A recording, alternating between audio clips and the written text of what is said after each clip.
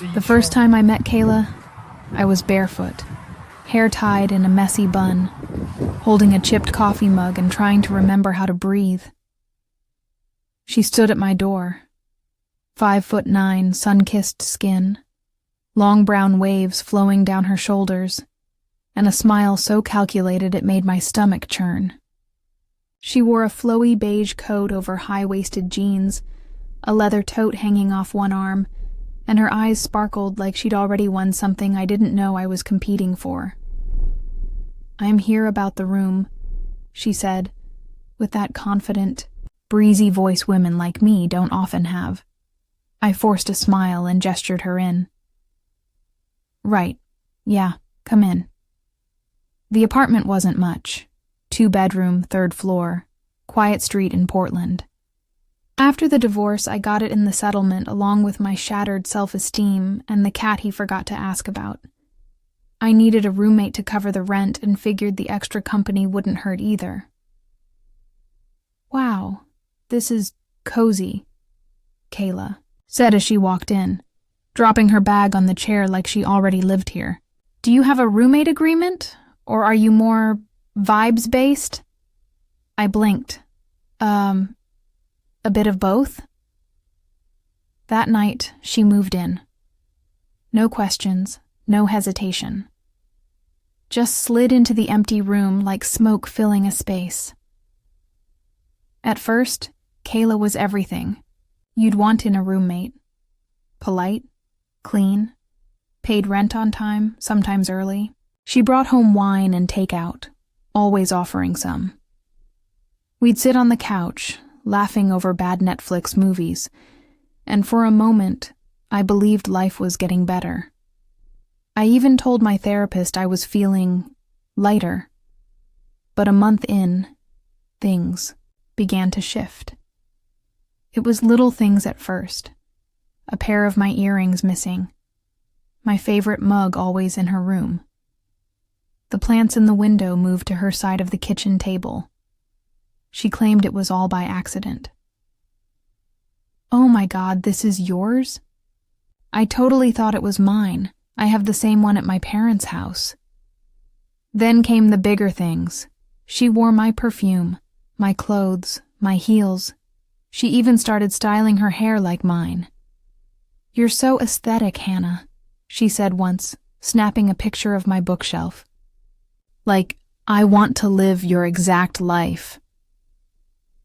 I laughed, but inside, I shivered. 3 months in, Kayla was hosting dinner parties in my apartment. She invited people I'd never met, pouring wine into my glassware, telling stories about her place in Portland, while guests gushed about her taste in music and lighting and books, my books, which she started rearranging on the shelves. She introduced herself to my friends as Kayla, Hannah's roommate, basically her sister now. I smiled through it. Until one morning, I woke up to find her sitting at my desk, typing on my laptop. "Just checking some job boards," she said casually. "Mine's dead and I saw yours was open." I didn't say anything. But that was the first time I backed up all my files and changed my passwords. Still, I felt petty, paranoid. I told myself she was just friendly, eager, lonely, maybe, until the day I got the invitation. My ex-husband Daniel had sent it, a sleek black and gold envelope with cursive lettering. Engagement party, Daniel and Kayla. I dropped it, literally dropped it. My legs buckled, my lungs forgot their job. No. This had to be a mistake. I hadn't seen Daniel in almost a year. We hadn't spoken since the divorce. He'd moved to another city. Kayla couldn't have met him, except she had asked about him once. Casually. "What's your ex like?" she'd said over wine. And I, like a fool, had told her. Even showed her a picture. My stomach clenched. I ran into Her room, she wasn't there. But on her vanity, among half-used lipsticks and my stolen ring dish, I found a note scribbled in that same neat, casual handwriting. Sometimes fate needs a little help. See you at the party. I didn't sleep that night. I stared at my ceiling, shaking with disbelief, betrayal, and rage. She hadn't just moved in. She had infiltrated my life, worn it, styled herself into it, until it fit her better than it ever did me. But the worst part wasn't that she stole Daniel. It was that deep down, I knew she planned it from the beginning. And I wasn't just going to sit back and watch her keep winning. The day of their engagement party, Portland was swallowed in cold drizzle and fog. Perfect. A city mourning with me. I hadn't RSVP'd. I wasn't even supposed to know about the venue, until I dug through her browser history and saw the search. Riverlight Loft, bridal events, sleek, modern, industrial chic with floor-to-ceiling windows overlooking the river. Of course Kayla chose that.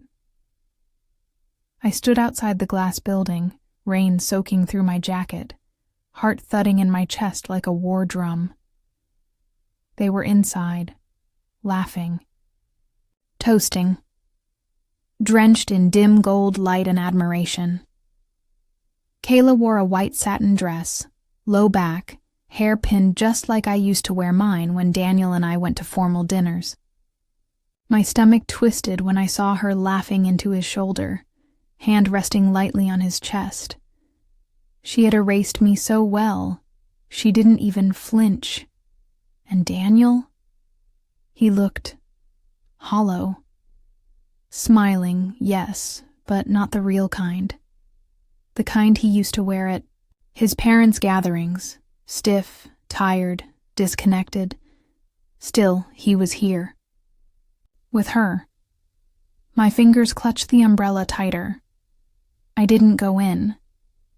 Not because I wasn't brave enough, but because I had decided I wouldn't explode. I'd implode silently, calmly, and then make her life unravel thread by thread. This wasn't a breakup. This was a war of identity.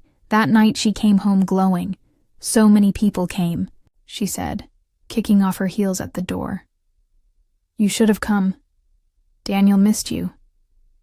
That name, from her mouth, sounded like an infection. I sat on the couch, pretending to scroll through something on my phone. Busy. Right. She smiled, then added with a touch of venom. By the way, I talked to Daniel's mom. She always loved you. Guess I must remind her of someone. She winked. I stared at her long enough to make her uncomfortable, but she just tossed her clutch onto the table and disappeared into her room. She had no idea I'd gone through her drawers. No idea I'd found the flash drive. It was buried under a pile of lingerie, in a velvet pouch that smelled faintly of my perfume. The flash drive was old, scratched, red plastic, no label. But when I plugged it into my laptop while she was out, emails, screenshots, pictures, voice memos. She had been tracking Daniel for months, social media, LinkedIn updates, job forum mentions. She followed his mother's public posts, responded to her charity work, even volunteered at one of their family events before ever meeting me. She planned this from the moment she applied for my spare room. There was even a PDF labeled Life, Plan, Merge Strategy, KH.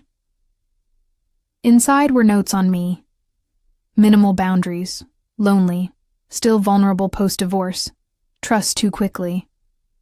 Use wine nights to extract info. Show interest in X without making it obvious. My blood went cold. This wasn't an accident. This wasn't fate. Kayla was a predator, and she had picked me. Over the next 2 weeks, I let her believe she was winning. I laughed at her jokes, shared tea, gave her my Netflix password again when she said she got logged out. I played nice, and during that time I was studying her. Every lie, every pattern, every crack. I even met up with Daniel's sister, Melissa, at a bookstore downtown. She greeted me with a surprised hug. Hannah. Wow, I didn't expect to see you. I just wanted to catch up, I said, sipping coffee. And maybe ask something weird. She tilted her head. Shoot. How did Kayla and Daniel meet? Melissa blinked. He said it was a work event, a conference in Seattle, I think. I nodded slowly. Funny. Daniel hadn't been to a work conference in almost 2 years, not since he started remote consulting. I left that bookstore with a plan. The next phase was quiet, strategic. I printed the entire contents of the flash drive, not just the life plan, but every message she'd sent a friend named Ty, her, ex, apparently. Messages like, he's richer than I thought, might not need the roommate gig much longer. Daniel thinks I met him by coincidence. I could write a book on manipulation, lol. Honestly, I might marry him just to spite Hannah. She talks about him constantly. I didn't confront her. Not yet. Instead, I mailed a neatly sealed manila envelope to Daniel's office. Not the home he shared with her now. Inside, I left a simple note. You never did like liars. Thought you should see what she planned before she met you. H. Then I waited. 3 days later, Kayla was pacing the apartment like a woman about to combust.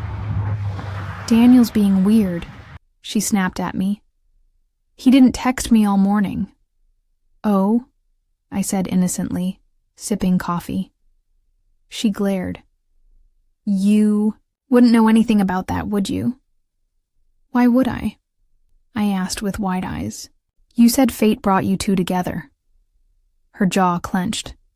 He said he wants to talk this weekend. Alone. He never does that. I leaned forward, letting my voice drop to a whisper. Maybe he finally noticed something was off. She stared at me. Really stared. For the first time since she moved in, she looked afraid. I smiled. Just a little. Not enough to give away the war. Just enough to let her know. The game had changed.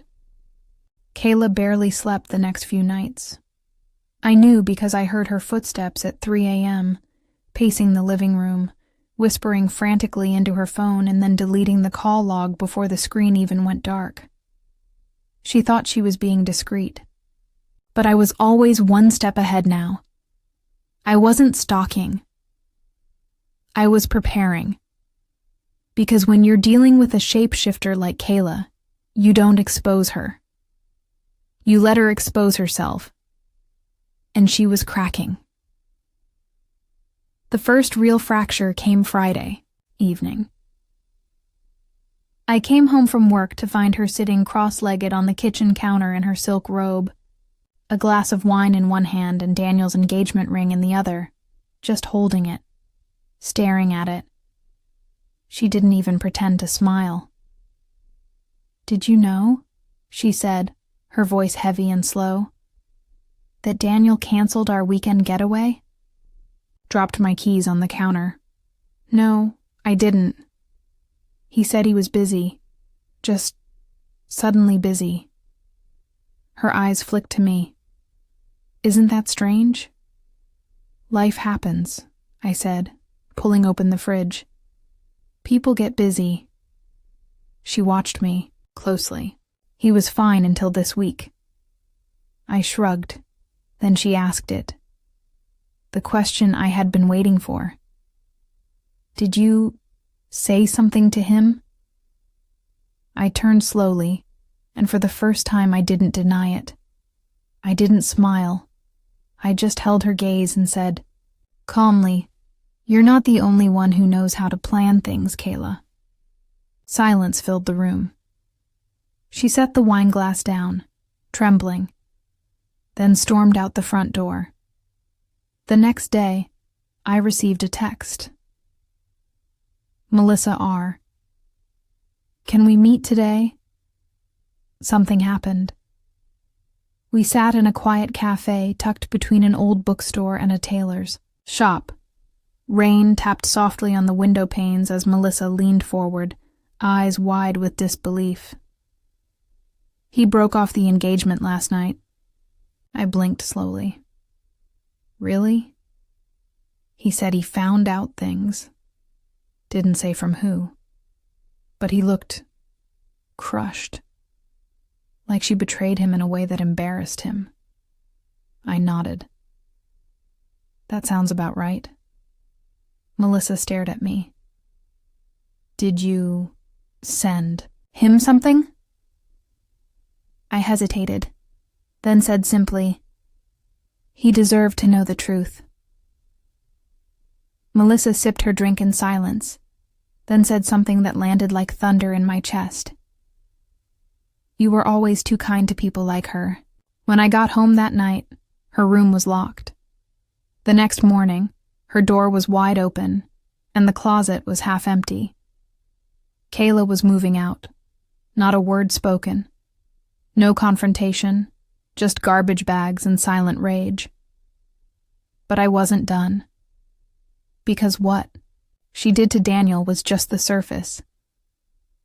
What she did to me, months of psychological theft, manipulation, identity mimicry, went deeper. And I wasn't going to let her slip away quietly. That weekend, I walked into her room after she left for brunch. The closet was half barren, but the desk drawer wasn't.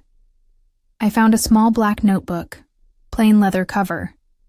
Inside were pages and pages of neat handwriting, Kayla's voice in its rawest form. She's so easy to copy. I bet I could take her whole life and people would call it an upgrade. "Daniel is falling faster than expected. He believes I'm empathetic, hilarious. If this works, I'll prove I can shape myself into anyone and win." There was a Polaroid taped to one page, me and her, sitting on the couch, laughing. I never remembered her taking it. Underneath she'd written, "The before and after girl." I copied the notebook. Every page, scanned and time-stamped. Then I emailed it, anonymously, to a journalist friend of mine. Chelsea Tran, investigative features writer for Northwest Profile, had been itching for a story on identity fraud and psychological manipulation. Within domestic spaces, I gave her everything. Chelsea called me within 2 hours. "Are you serious?" she asked breathlessly. "You're telling me she infiltrated your life to get to your ex?" She used my identity like a stepping stone. "She's done it before, I think. Just not this calculated." There was a long pause. Then she said, "This might be one of the most terrifying human stories I've ever touched." Kayla didn't know yet that her words, her strategy, her ego, all preserved in that notebook, were going to become the centerpiece of a local exposé. She would be the roommate chameleon, and when the story dropped, every future boss, friend, or suitor would Google her name and see exactly who she was. This wasn't just revenge. This was truth. Cemented, public, permanent, and it was only beginning. The article dropped on a Tuesday morning. The Roommate Chameleon. When Identity Theft Isn't About Money, but About You. By Chelsea Tran. Northwest Profile magazine. It spread like wildfire through Portland's online circles, shared by morning show hosts, debated on Reddit, dissected on TikTok. The story didn't name me directly, but Kayla was in it, fully. Her face blurred, But her quotes, her tactics, her merge strategy laid out for the world to recoil at. I didn't tell her. I wanted her to find out the way she deserved, by surprise. I was making coffee when it happened. Her door swung open like a storm. "What did you do?" She stood there, trembling, phone in hand, eyeliner smudged from crying or rage, probably both. I stirred my coffee calmly. "Morning." She walked in, phone raised, voice shaking. This article? This attack? You think this is funny?" I didn't flinch. "Did they misquote you?" Her mouth opened, closed. She couldn't answer. Because they hadn't. I'd given them everything she wrote, in her own words, in her own twisted ambition. "I could sue," she spat. "For what?" I tilted my head. "Publishing your own notebook? Stealing someone's life and then getting mad that people noticed?" "You just couldn't let go, could you?" she hissed. "You needed to destroy me to feel whole again." I set my mug down slowly and stepped forward. "No, Kayla. I didn't need to destroy you. You already did that all by yourself." Oh, stared at me for the first time. Really stared at me. Not as her target, not as her template, but as someone she couldn't outplay anymore. She left without another word. By evening, she was gone. The room was empty. No note, no text, no apology, but the damage was already done. Not just to me, but to the people she'd fooled. Daniel, his family, her exes, her old college roommate who messaged me privately after the article saying she did the same thing. To me, I thought I was crazy. Turns out Kayla had a pattern. Move in, absorb, imitate, replace, leave ruins. And now, her pattern was public record. A week later, I came home to a box on the front step. No return address. Inside, a journal, a scarf I hadn't seen since winter, and a necklace I'd assumed I lost in the move. There was a sticky note on the front cover of the journal. I thought I could be you. But I couldn't even be myself. You win. Kay. But this wasn't about winning. Not anymore. It was about reclaiming the parts of me she tried to erase. My memories, my voice, my story. I redecorated the apartment, bought new bed sheets, replaced the stolen mugs, even repainted the living room walls from that soft beige she liked to a deep forest green I always wanted. And the spare room, I kept it empty for a while. Not out of fear, but as a reminder that space matters. Boundaries matter, and not everyone deserves a key. 3 months passed. The apartment felt quieter, yes, but it was a kind of quiet I'd grown to welcome, like the hush that follows a long storm, where you're left staring at the wreckage and deciding what deserves to stay. I had started to breathe again. My therapist Dana said I'd entered the restoration phase, that I was finally rebuilding not just my space, but my identity, from within. And I was. I really was. Until the letter came. Not an email, not a text, an actual envelope, mailed to my door, no return address. My name scrawled across the front, in thick black ink. Inside was a single sheet of paper, typed, no signature. I thought you'd enjoy knowing this. She's changed her name. She's trying again. New city, new man, new mask. She calls herself Elena Baird now. There was a screenshot attached, a new Instagram profile, private, but the bio was damning. Interior stylist, lover of cats, vintage books, rainy mornings, and red wine, Portland-born, heart-led. I dropped the letter. The bile rose in my throat. It wasn't just the phrases she stole, it was the entire identity. Again. The same soft aesthetic, the same faux warmth, even the same striped linen curtains, my curtains, now hanging behind her in the profile photo. And there, in her tagged pictures, was a man, tall, dark-haired, casual photos in cafes, holding hands by the waterfront. His username was clickable. I did. Alex D., founder of a small architecture firm, single dad, widowed, kind eyes, just the kind of story she'd sink her teeth into. I sat on the couch, phone in hand, heart pounding, not because I wanted to warn him, but because I had to. I knew what it was like to be her next chapter, and I couldn't let someone else be turned into a supporting character in her narrative. But the question was, how?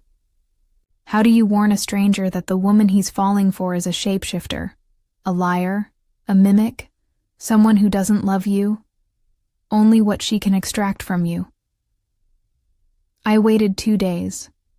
Then I sent the man a message. Not hostile, just honest. Hi, Alex.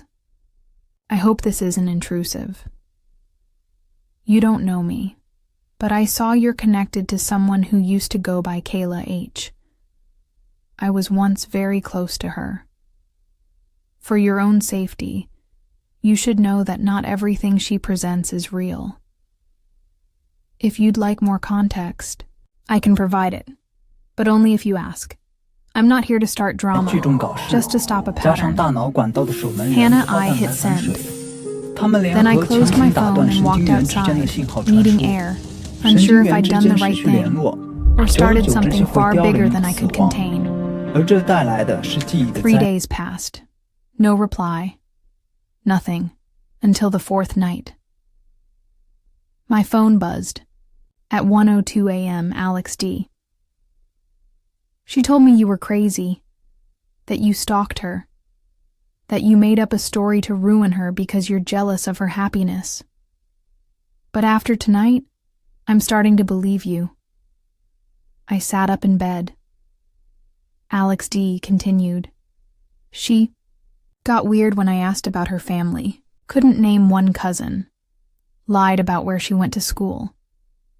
I found your name while Googling her old alias. I read the article. You weren't lying, were you? I typed slowly, deliberately. No, I wasn't.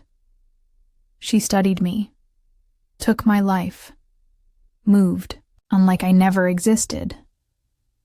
A pause. Then, she's staying in my house, with my daughter. What do I do? My blood ran cold. This wasn't over.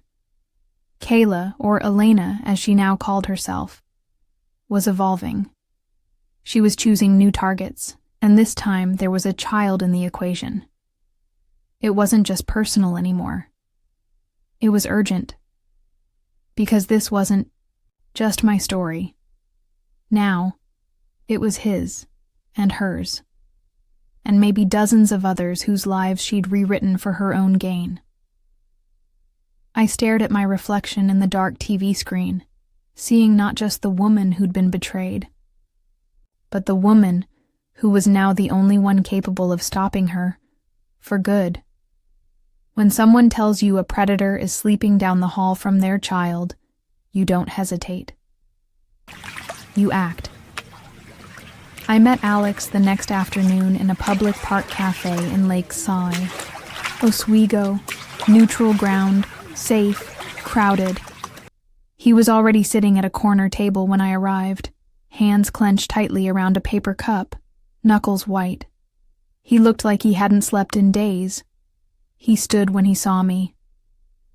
Thank you, he said, Voice low, almost a whisper, we sat. For a few moments, neither of us spoke. Then he pulled out a small notebook. "She writes everything down," he said. "She's always scribbling. I thought it was just creative stuff. But this..." He slid it across the table. I opened it. It was exactly like the first one I found in my apartment. Clean handwriting, numbered lists, observations, strategies. But this time it was about him. He responds to vulnerability. Mentioned the daughter early. Doesn't like confrontation. Good. Easy to steer. House is open concept. No locks on internal doors. More control. Delete browser history daily. Play the dead mom card gently. Too hard and it turns him off. I stopped reading. This wasn't seduction. It was engineering. "She called you unstable," Alex said, his voice hoarse. "Said you became obsessed with her and tried to ruin her life." "She always plays the victim," I said, closing the book. "She needs sympathy like air." He nodded. "I confronted her about one of the names she used before. Kayla. She flipped, said I was gaslighting her. Then she cried in front of my daughter like I was the monster." My stomach dropped. "She's already getting close to your kid?" Hesitated. They baked together. I fought back a shiver. That night, I gave Alex a flash drive. It had every document I'd saved. The old plan, the voice memos, screenshots, the article, a scanned copy of Kayla's first notebook, even a few anonymous testimonials from others who came forward after the exposé. He took it without a word. "She's in my house," he said, quietly. "Do I throw her out tonight?" "No," I said. "Not yet." Because I had an idea. Phase 2. Exposure. With witnesses. I contacted Chelsea Tran again. "Round 2?" she asked, barely hiding her intrigue. "I have new evidence," I said. "And a new victim. This time there's a child involved." Chelsea's tone sobered instantly. "Tell him to start documenting everything. Texts, audio, journals. I'll build the story. This one's bigger than local now." It was time to shine a wider light on the darkness Kayla thrived in. But she was slippery. Brilliant at rewriting. History before anyone could question her. So we'd need to trap her in her own performance. Alex invited her to dinner, said he wanted to start fresh. Said he had something special planned. Kayla showed up in a blush pink dress, curls soft, makeup perfect, eyes glowing like she'd already won. She didn't know Chelsea was there. Sitting in the living room behind a decorative screen, camera, rolling, audio mic pinned to the base of a lamp. Silent. Sharp-eyed. She didn't know Alex had printed her own words and placed them in a sealed envelope under the dining table. Dinner was calm. Wine flowed. Until Alex stood and said, "There's something I want to ask you." Kayla's face lit up. She thought it was a proposal, but instead, he held up the journal. Her journal. "Would you like to explain this?" he said. The blood drained from her face so fast I saw it happen in real time. She laughed first. "What is that?" "You wrote it," he said evenly. "You documented every lie, every move." Kayla's voice trembled. "Alex, this is manipulation. This is Hannah again, isn't it?" "That woman warned me," he said, his voice razor calm. "She saved me." And then he said the words I'd been waiting to hear for months. "You need to leave my house Now. She tried crying. Chelsea caught it all. She tried yelling.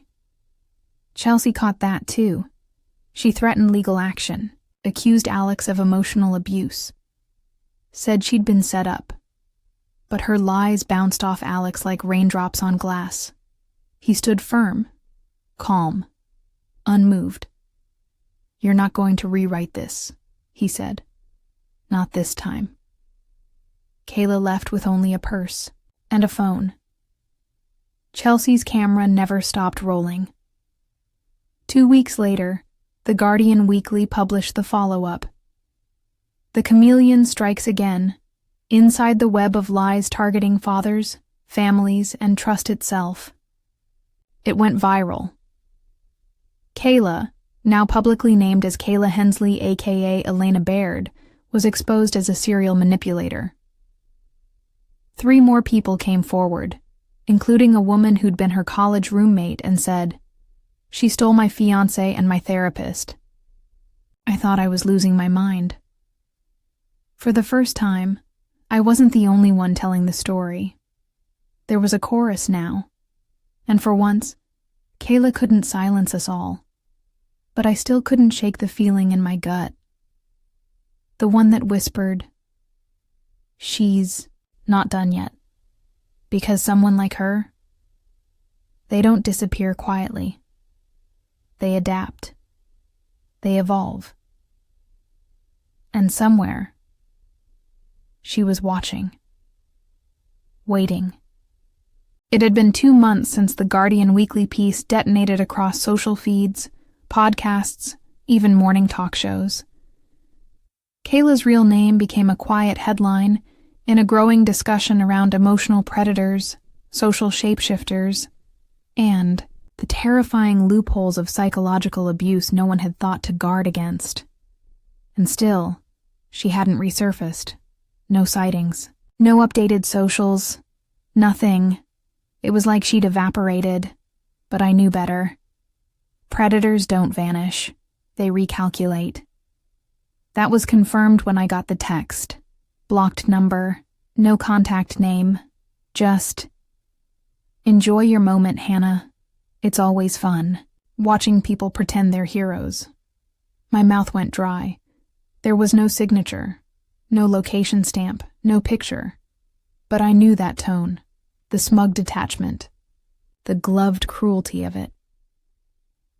Kayla, she was back, and she was still watching.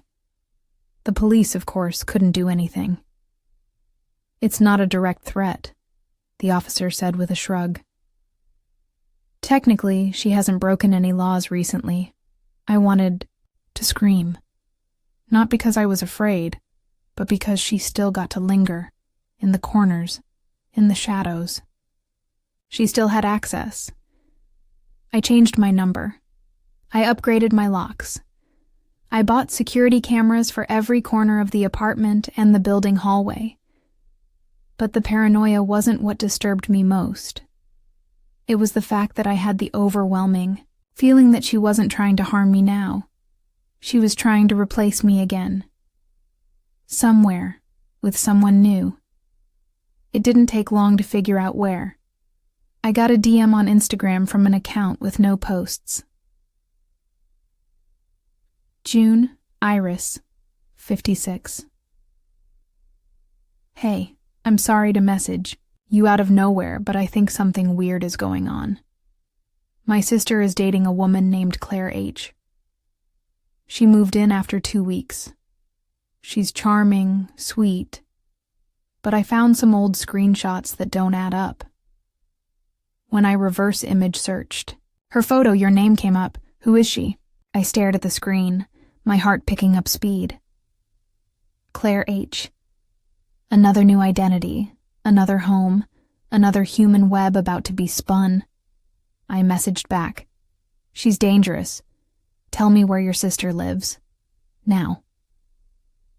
Her name was Jamie. She was 26, graphic designer, lived in a bright yellow duplex in Eugene, Oregon. Claire had met her at a boutique coffee shop downtown. She was in town for a creative retreat, she said. 2 lattes, 1 lingering smile, and 4 dates. Later, Claire was staying over most nights. Jamie's sister, Maya, was the one who noticed the red flags, the strange stories, the fake tears. The way Claire avoided questions with charming jokes.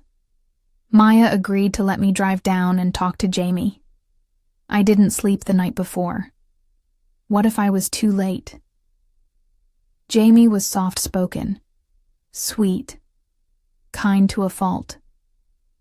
She looked at me like I was the villain when I showed up at her door with a printed version of Kayla's profile history, the articles, and copies of her old journals. "No," she whispered. "No, Claire isn't like that. She loves me." "Claire is Kayla," I said gently. "And she's done this before. She infiltrates people's lives and rewrites them." Jamie's hands trembled as she flipped through the folder. Then her breath hitched. She stopped on a page. One of Kayla's early journal entries. A line that chilled even me when I first read it. The best part is, they let me in. They open the door. They hand me the knife. Jamie dropped the folder and started to cry. We called the police that night. But Kayla, Claire, was already gone. Gone with Jamie's spare house key, her passwords, her laptop. Gone without saying goodbye. Gone without leaving a single piece of her behind. Except one. A sticky note, folded and taped to Jamie's fridge. 3 words. Almost fooled her. Chelsea published the 3rd and final piece, The Woman Who Was Everyone. A sociopath's trail of emotional identity theft. It went global. NBC. Vox. YouTube documentaries. Even Netflix called Chelsea for rights. Kayla's name, whatever it would be next, was now scorched across the digital world. She'd never hide again. But even now, I don't sleep as easily as I used to, because there are thousands of cities, millions of open doors, and somewhere, Kayla is walking through one of them again. Perfect smile, soft voice, her hand stretched forward like a promise, and someone, somewhere, is still handing her the knife. 6 months passed, then 9. A full year crept by, silent and watchful. Kayla, or Claire, or Elena, or whoever she was trying to become, vanished again. This time, not just from Portland, not just from Jamie's life, or Alex's, or mine, but from everywhere. No new usernames, no new sightings. It was like she had finally drowned in the wake of her own exposure. But something in me never fully exhaled. Trauma doesn't work like that. You don't just move on when someone's crawled inside your life and rewired it from the inside out. I had to rebuild, not just my trust in others, but in myself. Because the worst part of surviving someone like her is realizing how easily you let them in. I started therapy again. Real therapy, not just coping sessions. I began journaling, documenting my life, not to plot or archive evidence, but to remember my own voice, my own story. I traveled to Lisbon that summer, alone, stood on stone streets and watched the sun set into the Atlantic. No one knew me there. I didn't have to be Hannah the victim or Hannah the survivor, just Hannah. And when I came back, I started something new. A project. A community. The Unmasked Project. A platform to expose manipulative relationship patterns, emotional shape-shifting, gaslighting, psychological theft. Things no one teaches you to look for. Stories poured in. From people around the world. People who said, I thought I was crazy too. I thought it was my fault. She mirrored me so perfectly, I thought she was me. He wore my dead brother's cologne to get close. She dated my husband's twin before dating me. One story after another. And with each one, I realized Kayla wasn't a one-off. She was a symptom of a disease we didn't even have a name for yet. But now we had a start. A year and 3 months after she disappeared, I got a package. No return address. Again. Inside, just one thing. A white envelope. And inside that, a photograph. It was old, slightly curled at the edges, blurry. A woman standing at a beachside wedding. Back to the camera. Blonde. Elegant dress, holding a champagne flute and smiling toward the crowd. But I knew the posture, the curve of the neck, the way she held her arms, the tilt of her head. Kayla. On the back, a note. Handwritten. This time, not printed. You never really win, Hannah. You just get better at pretending you're safe. I sat still for a long time. I didn't call anyone. I didn't panic. I didn't cry. I just stared at the photo. And then slowly, I put it in the fire. Watched it curl and vanish into flame. Because that's the thing she never understood. This was never about winning, not anymore. It was about taking back my story, and whatever game she still thinks she's playing, I'm no longer on the board. Now, when I look in the mirror, I see something new. Not the woman who was mimicked, or stolen from, or betrayed. I see the woman who was rebuilt. Stronger, sharper, still kind, but never again naive. The spare room, in my apartment, it's still empty. Not out of fear, out of clarity. Because I learned the hardest, most valuable lesson of my life. Not everyone deserves a space in your world. And the ones who try to steal it, eventually, they end up alone, trapped in the prison of their own performance.